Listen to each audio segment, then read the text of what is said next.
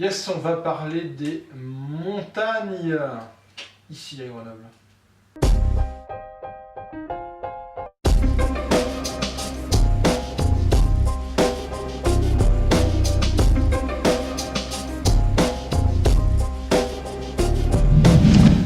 Donc pour cet épisode numéro 3 d'E-Detox, on va parler des stations de montagne.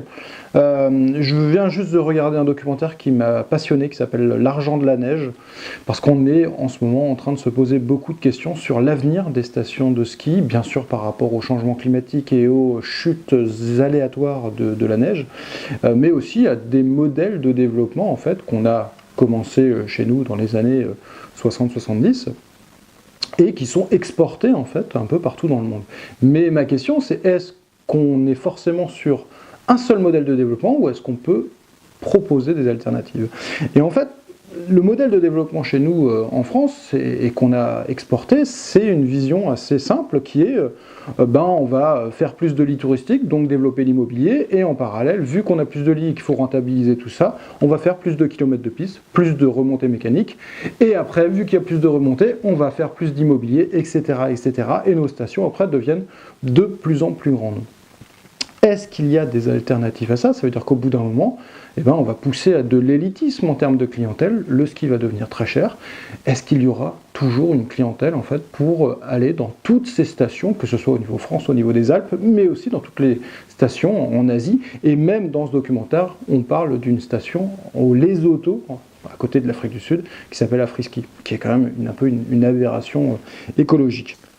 Donc pourquoi je vous parle de tout ça aujourd'hui? C'est que il y a une station où il se passe pas mal de choses en ce moment, c'est la station de la Grave, à proximité du parc national des Écrins, qui va choisir en fait son futur gestionnaire du téléphérique sur la station.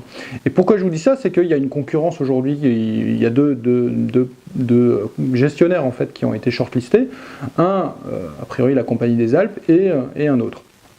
Et en fait ma vision c'est, si on a un gros gestionnaire comme la Compagnie des Alpes en fait, qui arrive, forcément ça va être une vision assez classique de cette vision du progrès et du développement de nos stations de montagne.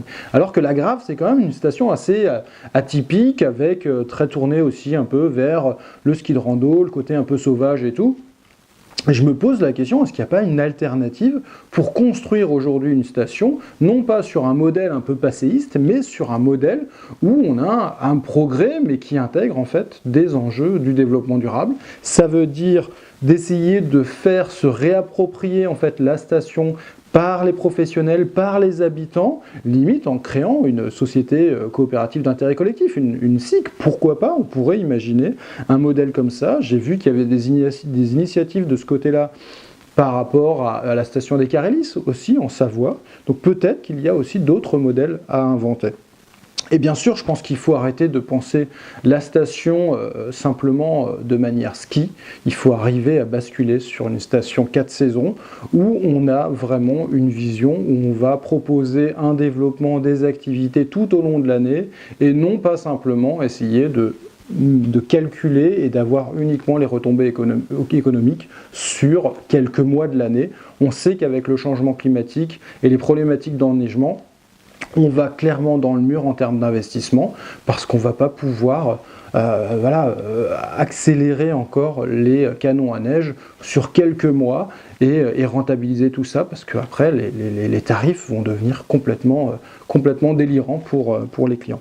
Donc je pense qu'il y a vraiment une vraie question pour repenser le progrès aujourd'hui en fait sur les stations de montagne et essayer d'intégrer une autre manière et que l'adaptation des stations de montagne ne va pas passer uniquement par le côté technologique pour avoir de plus en plus de canons à neige qui sont peut-être très bons mais aussi très chers, mais d'essayer de repenser vraiment la gouvernance dans son ensemble, la stratégie, la vision d'une station de montagne et pas simplement en fait de l'avoir purement focus sur la neige et sur le ski.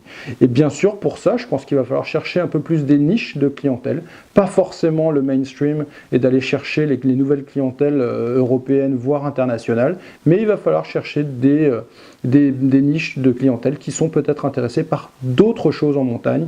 Une dernière étude qui a été lancée dernièrement ici dans les Alpes montre bien que les gens ne recherchent pas forcément purement le ski, mais ils cherchent derrière la montagne, il y a d'autres valeurs.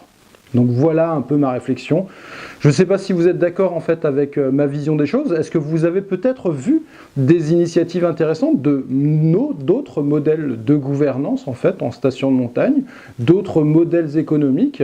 Je serais vraiment curieux de lire dans les commentaires et pourquoi pas on refera une vidéo avec justement des acteurs qui s'engagent de manière différente sur ces questions de stations un peu du futur, mais pas seulement technologique, avec une autre vision de la gouvernance et de ce modèle un peu dépendant aujourd'hui de la neige.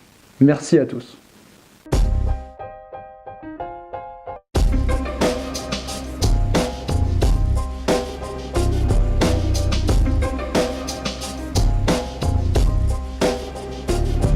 Donc ouais, sur ces questions de stations de montagne et d'avenir des stations de montagne, moi en fait la vision c'est d'essayer d'intégrer ce qu'on appelle de l'innovation frugale.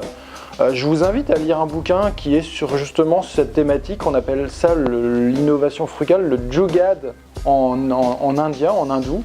C'est vraiment un livre très intéressant qui montre en fait qu'on peut justement innover avec peut-être moins de moyens. Et peut-être qu'en fait on pourrait essayer de se poser la question comment intégrer l'innovation frugale au niveau des stations de montagne. Peut-être que demain, à la Grave, on va pouvoir réfléchir en fait à une autre manière de penser la station de montagne.